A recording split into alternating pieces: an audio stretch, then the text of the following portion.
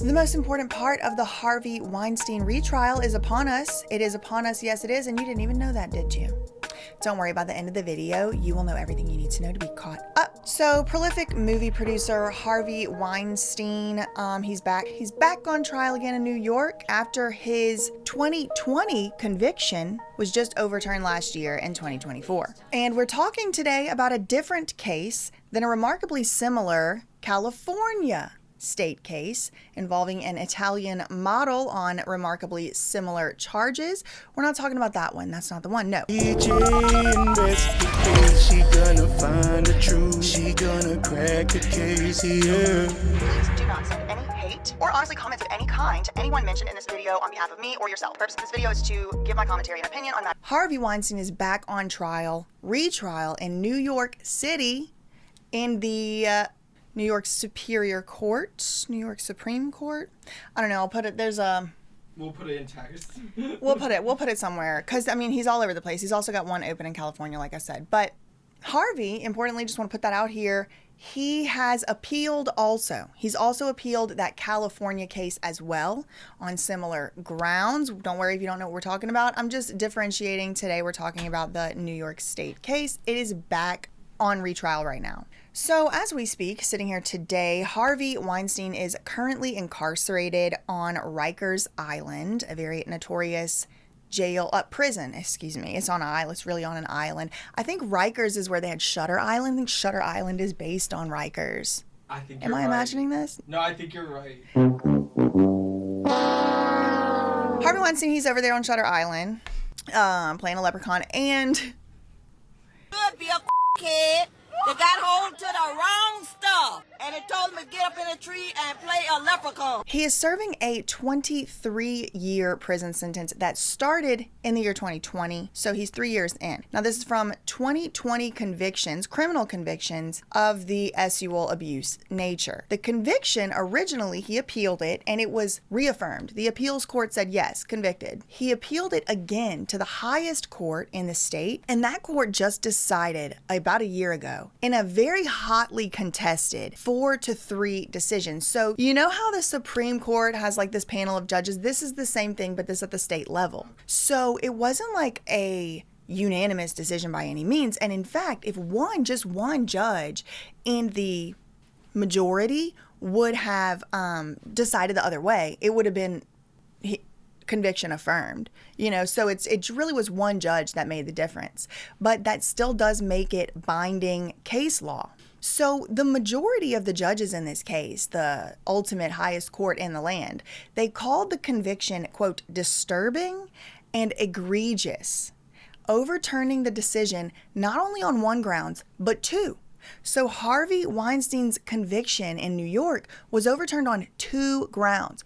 The first one are the so-called Molyneux rulings. The Molyneux rulings, this is where the trial court permitted three witnesses, to take the stand and testify about incidents of prior sexual encounters, alleged prior sexual encounters with Harvey Weinstein. These were of the unproven, quote, prior bad acts type of testimony. And so under very well-established law, the government cannot introduce evidence of, quote, prior bad acts at trial against a criminal defendant if the purpose for them doing so is just to establish that the defendant might have had a propensity to do something. And so because he did it before in the past several times, he necessarily had a better chance of having done it in this particular case.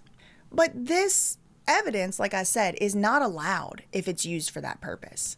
That being said, there are some limited exceptions, like including where the accusation is of a sexual nature. Now, the person traditionally has to be accused of some type of sexual crime, and then the people that are coming in to give the evidence of the prior bad acts are trying to do so to show certain things. But still, it's so nuanced and tricky and complex and really didn't make sense. And I think that's why it did get overturned, because the underlying thing is like, because sexual crimes are just different. Victims of true victims of sexual abuse crimes will act in ways that might seem counterintuitive. Like after the abuse, they will go back and be with the person or again or whatever. And I think now we really have done a good job of kind of getting it out there through different ways that is something that might be expected in some circumstances. So I don't even necessarily think that that's like a good reason to uphold this law anymore anyway. But in this case, these women were allowed to come in and talk about previous encounters they had with Harvey Weinstein, but they were encounters that were not charged. They were calling them uncharged prior bad acts. So it was stuff that hadn't ever been proven.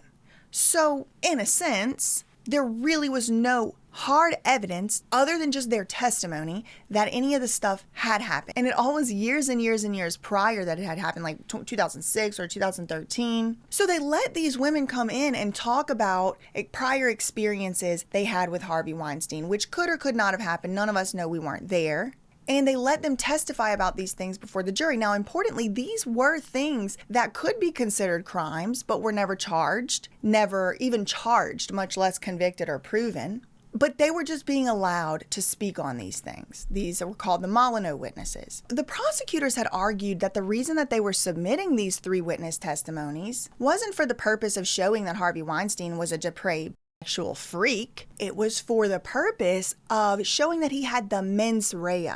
It's the element of the crime that they have to prove to the jury. The feds do. They have the burden to prove that to the jury. What was his mental state? Because if he didn't know that it was non-consensual, then it's not a crime. It's one of the elements. It's one of the elements. If you don't have it, you can't convict.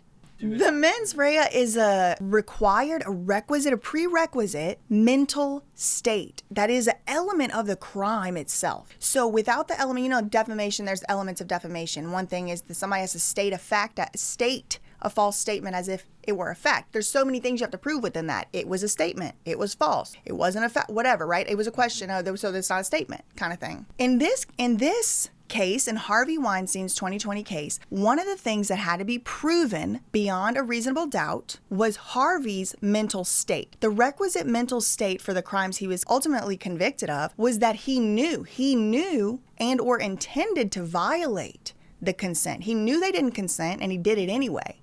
There's a lot of ways you could prove that. She was screaming no. She was running away. She has a bunch of bruises on her. He has scratch marks on his face is a good way to prove she was not consenting. One way to support, nothing ever really fully proves it because you can't prove someone's mental state. All you can really do is give enough evidence. So what the government was saying is, we are going to prove that he knew in this case that we're charging him for, he knew it wasn't consensual. By bringing in people from other uncharged cases that had nothing to do with this case as far as anything being charged. These are not things being charged. 3 women were allowed to come in and say, I had an unconsenting interaction with him. This is how he knew in that case it was unconsenting, and lay it all out. But again, never proven, never charged. Some of them were never reported. So if that seems like a confusing reason to introduce this evidence, the highest court agreed. The state had said they were introducing these witness testimony for the purpose to show that Harvey had the mental knowledge or the mental awareness that these complainants didn't consent. So the complainants in this case are the ones for the crimes that Harvey's being charged with. You might have heard their names, Jessica Mann and Mimi Haley. They were the ones that alleged crimes that was been convicted were committed upon them by Harvey Weinstein. But then they were bringing these 3 other ladies, these 3 other people in to prove that Harvey Weinstein had the mental state in 2 other cases. So it boils down to this. Accusations and testimony of a pattern of behavior by 3 witnesses in uncharged, unproven cases were used. These accusations were used by the prosecutors to support their theory that Harvey Weinstein had the requisite knowledge or awareness, which is an element of the crime called mens rea, that these encounters in the Jessica Mann and Mimi other situation, were not consensual. So that's what was the accusations and the testimony were being used. That's the evidence at issue. So the trial court allowed the jury to hear that testimony by these 3 separate supposed victims. And then there was a 4th witness as well, who then bolstered the testimony of one of these 3rd witnesses. According to the majority ruling in the highest court, allowing the jury to hear this testimony about the uncharged prior bad acts in and of itself, was enough to need to demand a retrial, mistrial. He has to have a new trial. It probably would have got overturned on that alone. However, in Harvey's appeal paperwork, and ultimately it was successfully argued to the appeal court, to the highest court, there was a whole nother reason. There was a second reason for overturning Harvey Weinstein's case. And it had to do with those same witness testimony, but this time it was under the Sandoval ruling, which is not only was the testimony allowed, bad enough on itself to overturn, but also then when Harvey Weinstein was going to get up and testify on cross-examination in his own defense, something you have the right to do under I believe it's the 6th Amendment, you have the right to assist in your trial, you have the right to testify in your own trial. You also have the right not to. That's the 5th Amendment. You have the right to remain silent. It protects you. That right to remain silent protects you all the way through trial. You never have to testify against yourself, and it cannot be held against you. And the jurors have to agree that they will not hold it against you. Like, it's very protected.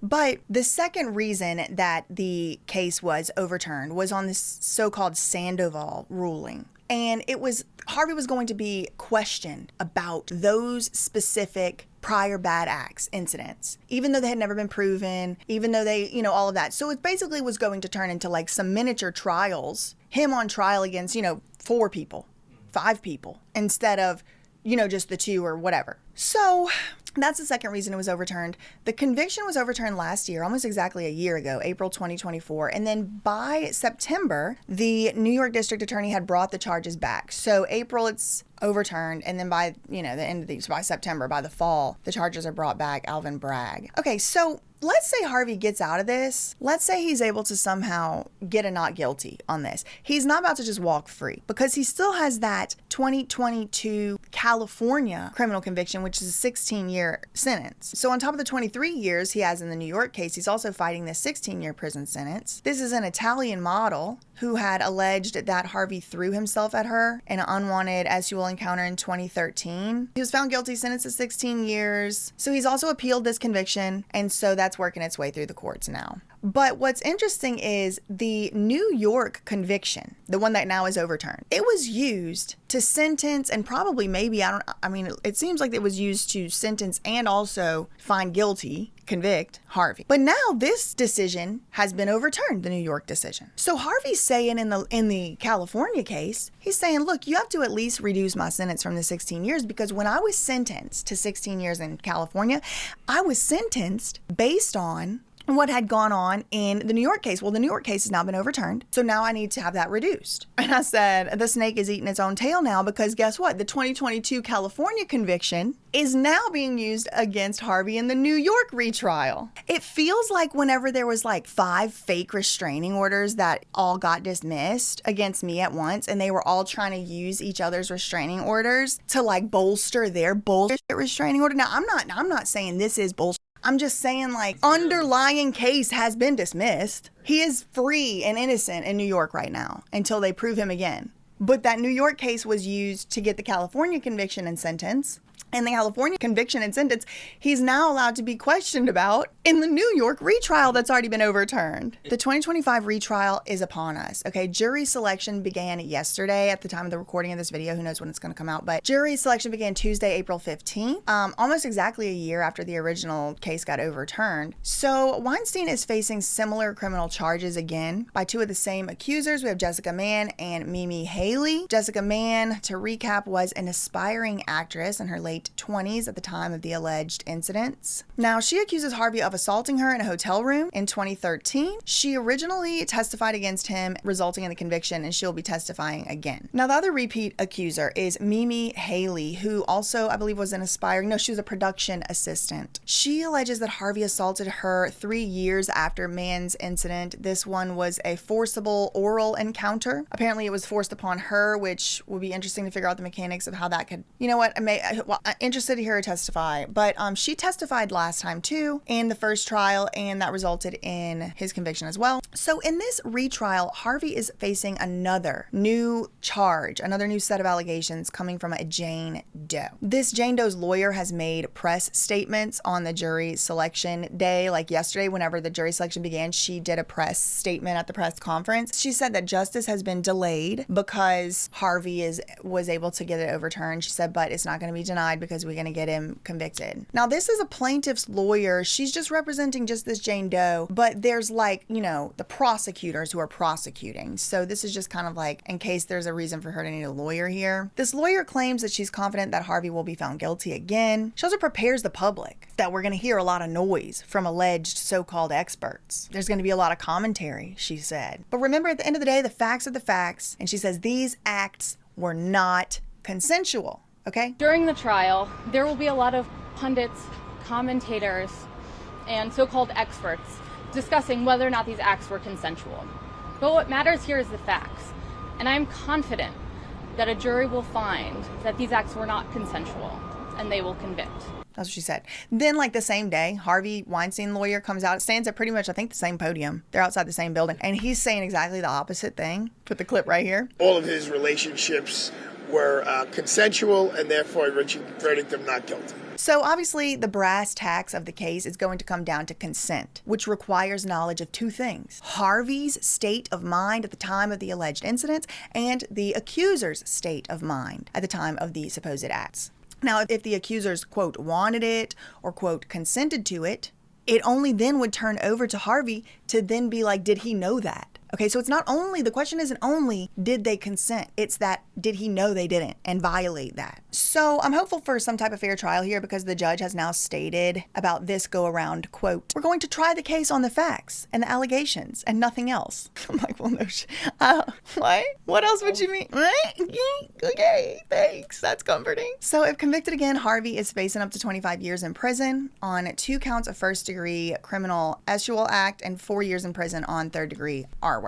Harvey would almost certainly not survive long enough to serve that sentence, as it has been widely reported lately by one of his representatives that he's rapidly deteriorating in custody. One of Harvey's representatives has recently disclosed to TMZ that Weinstein is rapidly deteriorating in custody, claiming that Harvey has gained 19 pounds this month alone. Another rep for Harvey, in the form of his lawyer, oh my God, this guy looks like a 1920s, like Atlantic City, I don't want to mess with this guy. Vetting the jurors, we're going to go up there and do the best we can. You know what I mean? Type of guy. He was up at the podium too. Jimmy Lee's uncle. Jimmy Lee's like, yeah, who Jimmy Lee's trying to be? He said at a press conference yesterday, a few days ago, I think this was on Megyn Kelly, he said, if Harvey gets convicted, he's going to die in prison. Period. Amen. End of story. But you have someone's life in their hands, and if Harvey gets convicted, he's going to die in prison. Period. Amen. End of story.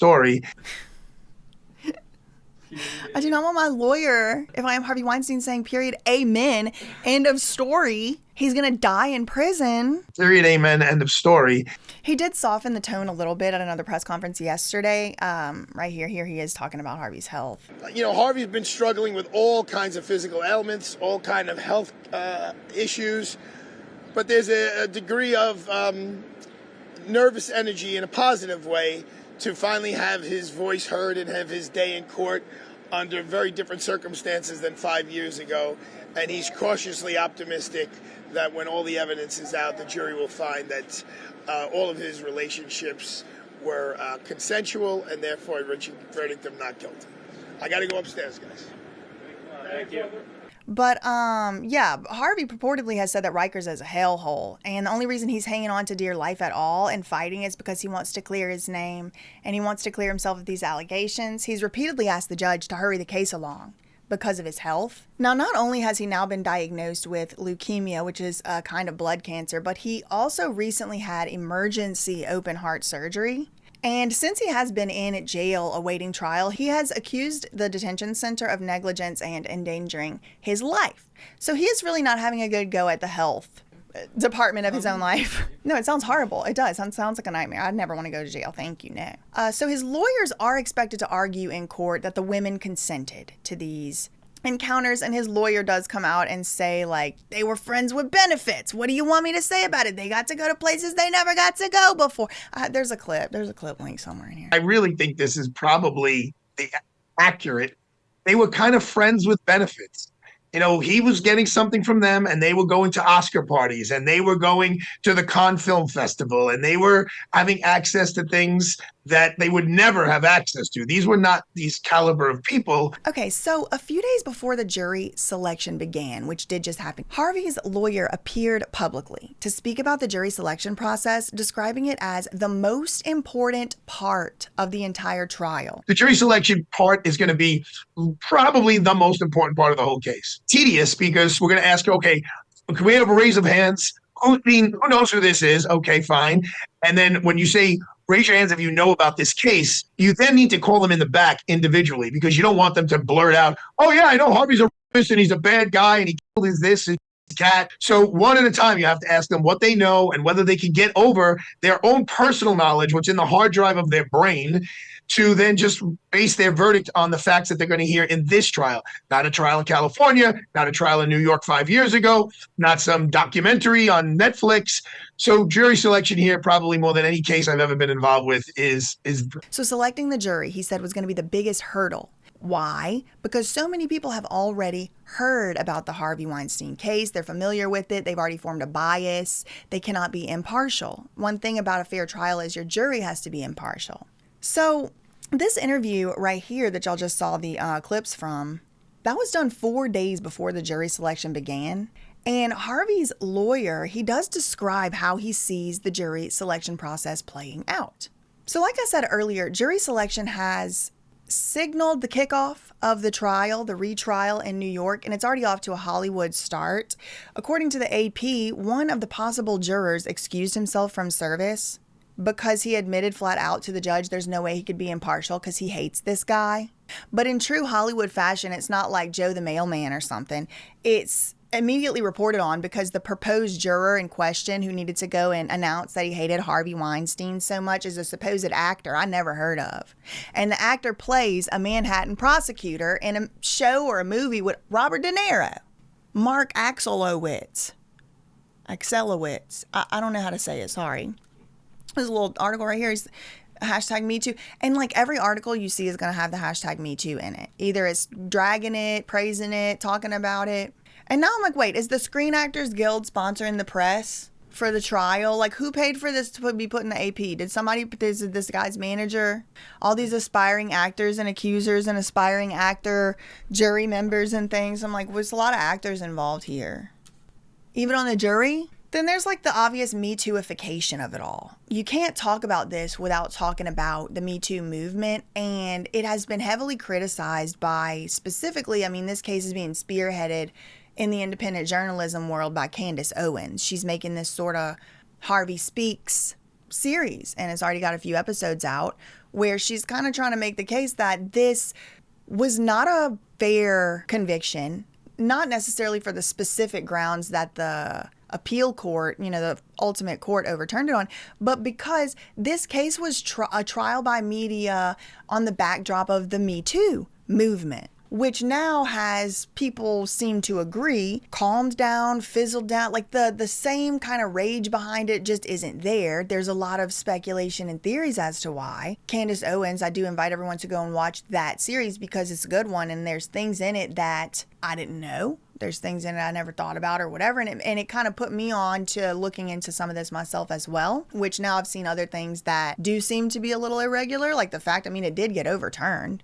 The conviction got overturned. So then it does lead one to ask, well, how did he get convicted in the first place? And a lot of people are saying it's because, and I see the argument, somebody just needed to take the fall for the pressure release of all of the legitimate allegations and accusations people in this industry and others have had in the dynamic of like it's a boss or, someone with power over you and it needed to be a reckoning or whatever. But it did result perhaps in a situation where Harvey Weinstein didn't get a fair trial. So then his conviction got overturned because the Me Too-ification of the whole thing. It's like, well, that surely can't be what we wanted, even if we wanted justice. So, I would be remiss not to mention that aspect of it because there was strong socio-political pull in the direction of like making sure they got him for something.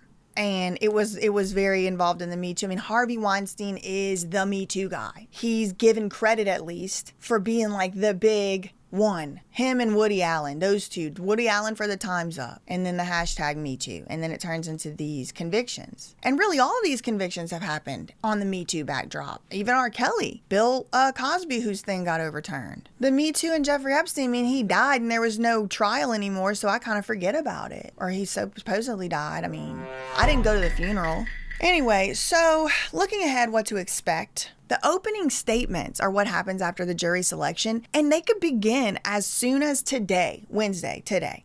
The lawyer said this yesterday. Now, previous reports were stating that the jury selection was going to take 4 to 5 days. So that would have pushed opening statements into next week. But Weinstein's lawyer said in a press statement yesterday, it could start as soon as today, Wednesday. So this lawyer has stated, other than jury selection being the most important part of the whole trial and the biggest hurdle to overcome, the second most important part of the trial is the opening statements. He said the most important part is the he said, she said trial is what Harvey Weinstein's lawyer said. He said it's no hard direct evidence. It's just he said, she said, Harvey's word against the complainants.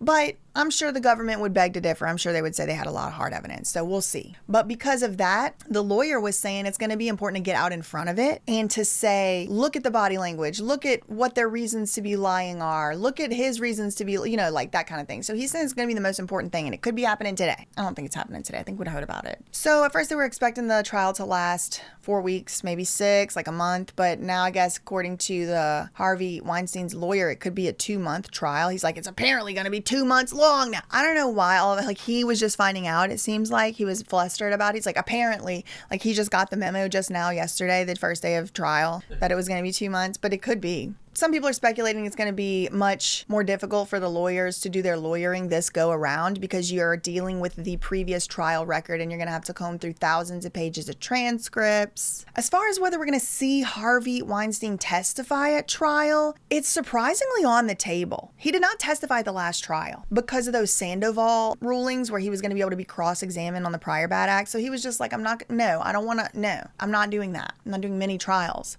But now he might, because of the fact it's going to be his word against their word and who's more credible, and maybe Harvey's lawyer will think he's more credible. Now, as far as Harvey's lawyer is concerned, he's not even pretending like it's going to be easy. He said the best he could possibly hope for is that he hears a hung jury or mistrial at the end of the day. Here he is talking about the difficulty of the Manhattan jury pool. But a Manhattan jury pool where Donald Trump got 17% of the vote, I just think there's just so But inclined. it's not a Republican-Democrat thing. Republicans don't like crimes. I know, but they're all about believe all women. They're all about the Attorney General, Letitia James, believe all women, believe all women. They lean heavily in that direction. But as far as what Harvey wants, he wants to clear his name and get out of the hellhole that is Rikers. According to his lawyer at this press conference, he's feeling cautiously optimistic. And he's cautiously optimistic.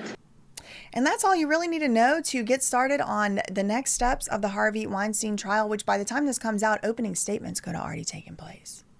That's all I really had for this one. In the meantime, if facts ain't defamation, love you, mean it, okay, bye. The most important part of the Harvey Weinstein, Weinstein? Are you gonna say it with the jury? It is Weinstein. I don't know why. Like at some point, I stopped knowing which one was Epstein and Weinstein, and I just am like, say Weinstein on the news. I don't know. Harvey Weinstein. They do say that. They do say Weinstein. You can do a quick check if you want to see what they say on the news. I'm gonna probably Or you say can it just both pronounce it the way ways. you want. You know the Supreme. Sorry. It's one of my favorite I've seen movies. that. I saw it when it came out. I feel like Shutter Island really get somehow like left by the wayside because of Inception. Cause Leo, was he in both?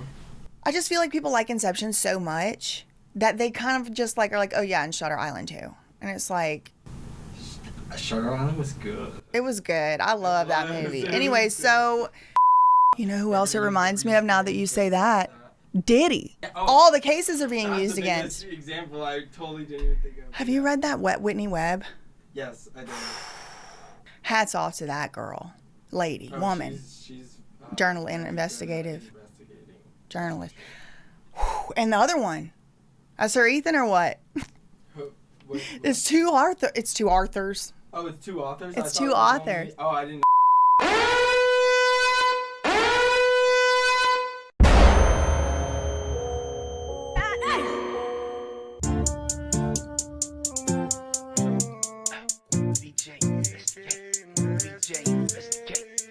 DJ investigate, she gonna find the truth. She gonna crack the case, yeah. It's not a lie when it's paperwork. She will expose the truth. Daily updates for you.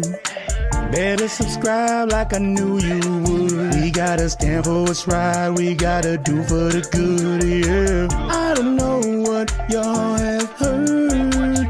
That surprise witness got the word. We don't believe in Scientology. I do not need your mind control on me. We don't need your conservative shifts, no. We doing right, what's right for the kids. Whoa. Y'all cannot control me. I control my own mind. You could've controlled me then. Still not in this lifetime. Can you send us down the pink angel from the heavens of truth?